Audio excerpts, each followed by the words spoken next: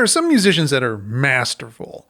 They have a deep understanding of their instrument and can play absolutely anything you throw at them. I'm thinking of folks like Steve Morse, Oscar Peterson. Oh, good heavens, so many. Jeff Porcaro, Carol Kay, Steve Lukather, Leland Sklar. So many. Then there are some musicians that have a singular voice. Even when dropped into another setting, you know, with a single note, it's them. Folks like Roy Buchanan,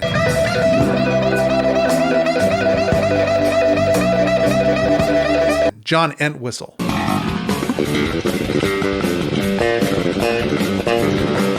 Thelonious Monk, B.B. King, Lowell George, John Zorn, another long list.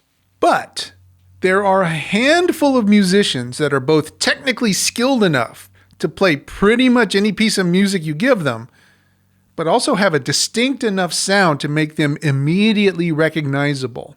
And this is where you find folks like Freddie Hubbard,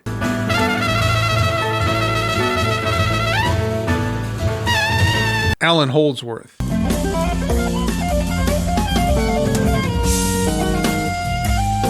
and I think you have to include Chris Squire in this group as well.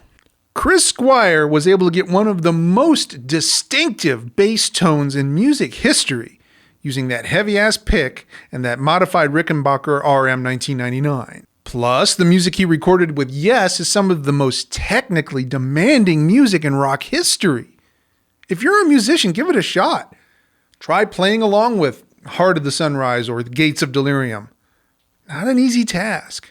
Coming off the rather successful stadium tour for the Relayer album in 1975, the band decided to take a 6-month break and have everybody do a solo album, which for most everyone in the band was the first time they'd ever attempted to do that. And out of that came 5 albums that are quite unique and memorable. Beginnings from Steve Howe, The Story of I from Patrick Moraz,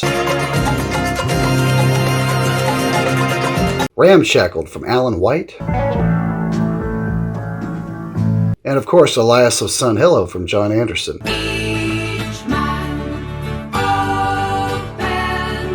All regarded as some of the best works from each one of those artists.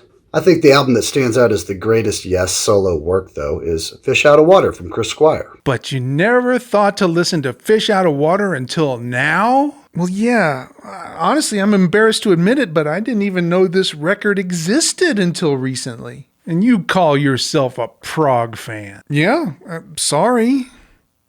But while we're on the subject, Mr. Expert, what's with the fish? The fish? Yeah, the fish. This is the 17th album that we've done in this series so far, but it's the 3rd that is fish-themed after Fish Rising and Rock Bottom. Hey, you're right. So from this, can we assume that roughly 1 in 6 prog albums have fish involved in some way? More if you're a Marillion.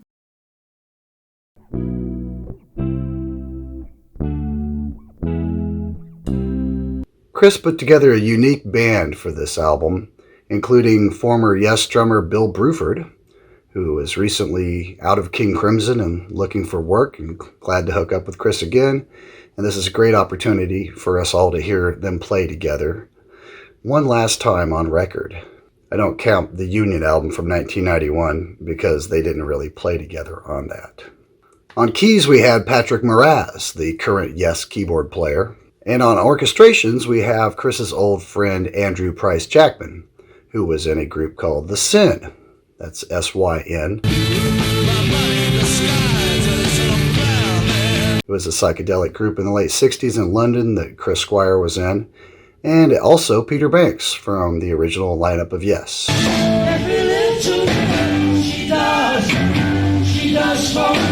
First time through, I don't know that I heard too much on Fish Out of Water that was necessarily all that surprising. I mean, it's got big, lush orchestral arrangements. It's got all manner of clever uses of time and meter. It's got songwriting and arranging that ranges from delicate to bombastic. And it features Chris Squire's bass front and center on most of the album. And that ticks pretty much all the boxes for a mid-70s Squire solo venture. But just because it didn't surprise me doesn't mean I didn't thoroughly enjoy it the first time around. Absolutely did. Going through it, that feeling that you're never quite landing on the right foot, all during Hold Out Your Hand, I think sets at least part of the mood for the album. The bars end in odd places, and the phrasing is such that it took me a verse or two before I could marry the sung verses to the backing tracks in a way that made sense. The solo section kind of snuck past me too. The organ was so kind of reedy and the bass so present in the mix that I almost missed the organ solo entirely. When the string section came in at the end to kind of add fills to the stops, at first I thought it was just a little over the top.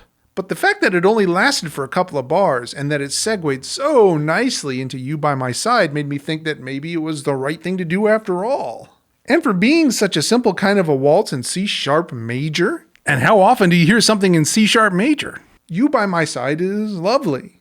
Nice development.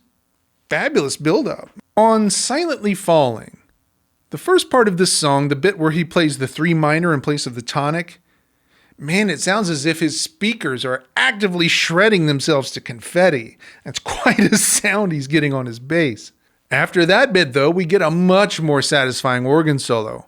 In 11/4 even. I think this is my favorite part of the album.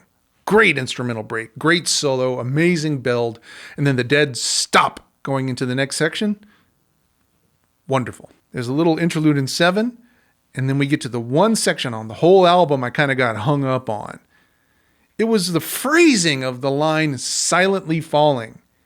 It just felt awkward. I mean, instead of silently falling, why not sing it like silently falling? Or maybe like silently falling. Just something to make the accent of the word sound more natural. I mean, who pronounces it silently? Lucky 7. Bet I know what time signature it's in. Great feel on this one. Great groove. The sax works so well. The strings are decent, but don't add too much. But that repeated figure is pretty cool too. And the last song, Safe, parentheses, canon song, close parentheses. An awful lot happens in this one. Kind of sneaks its way in from the fade out of Lucky 7. But by 2 minutes in, I said to myself, okay, so this one's the epic. And while some tunes that bear that descriptor can feel to me like, let's take all the ideas that didn't fit anywhere else and stitch them together right at the end of the album, this one at least feels cohesive. And that includes the quote from Close to the Edge. Like he really did mean to write one 15-minute song and not 5 3-minute songs. I think compositionally, there was a lot of depth to the pieces that are on here. Some of them are as progressive and ambitious as you would hope. Rather than a 10-minute suite with lots of parts, it's more about taking one germ of an idea and growing it. A good example would be the tune Safe Canon Song, where a simple idea grows into something symphonic by the end. When it breaks down to just the bass playing staccato eighth notes with a variety of the other instruments taking their turn playing that one repeated phrase, I was actually reminded a bit of Hat and Beard by Eric Dolphy from the Out to Lunch album. It was just the upfront and kind of in-your-face nature of that ostinato bass line. Not something you hear very often. And it's only in the last 3 or so minutes of the song that they finally exhaust all the musical possibilities of that 11-note bass line and move on to the finale. Big fanfare, followed by what are actually some very subdued and musical notes on the bass to end the album. And once everything had concluded, it struck me of how much of an album this thing really is. That is to say, it's not just a collection of song, but rather one single collective work in 5 parts. So far, I'm really liking this.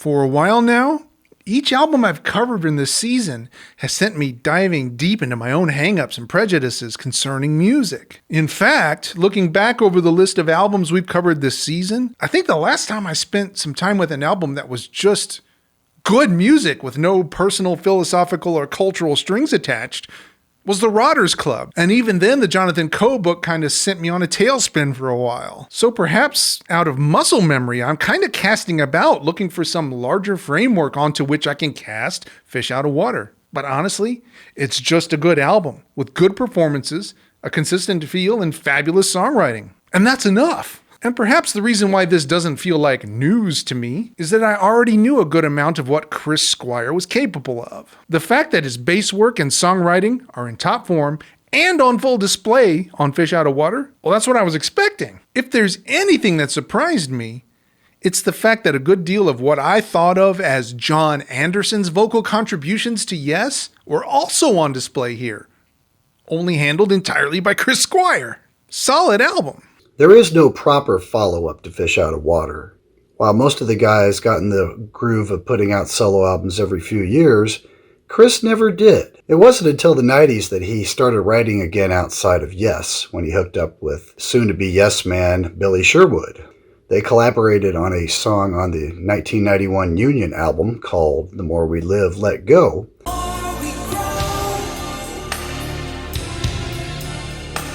which showed a lot of promise. After that, they decided to put a band together called the Chris Squire Experiment, which I actually had the pleasure of seeing on a very short 5-date tour in a dingy bar in Phoenix, Arizona called the Mason Jar.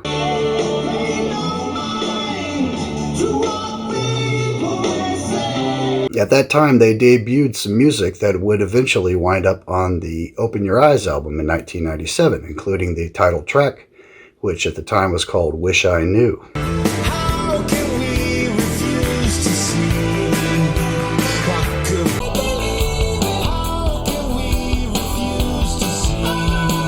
I remember going to Tower Records looking for the album proper, thinking they would put one out, and it never really happened, at least not in the early 90s. It wasn't until the late 90s that they got around to using some of those songs.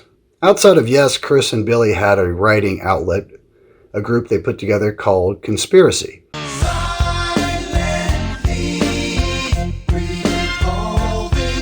They put out 2 albums that were similar to the 90s pop that you heard from Yes on Open Your Eyes, although a number of these songs were written freshly for those albums. They aren't leftovers from the Chris Squire Experiment days. If you indulge me for a minute here, before I wrap things up, I want to point something out that I found out about Fish Out of Water that I thought was pretty cool. Apparently, the radio version of Lucky 7 was produced and edited by Tom Dowd. And if you don't know the name Tom Dowd, he was an engineer and producer at Atlantic, and his credits are legendary. He was behind the mixing desk for everything from Coltrane's Giant Steps to Ray Charles' What I Say to Layla. And if that weren't enough, before he got into music production, he was a physicist who worked on the Manhattan Project. So it was cool to see his name associated with this album.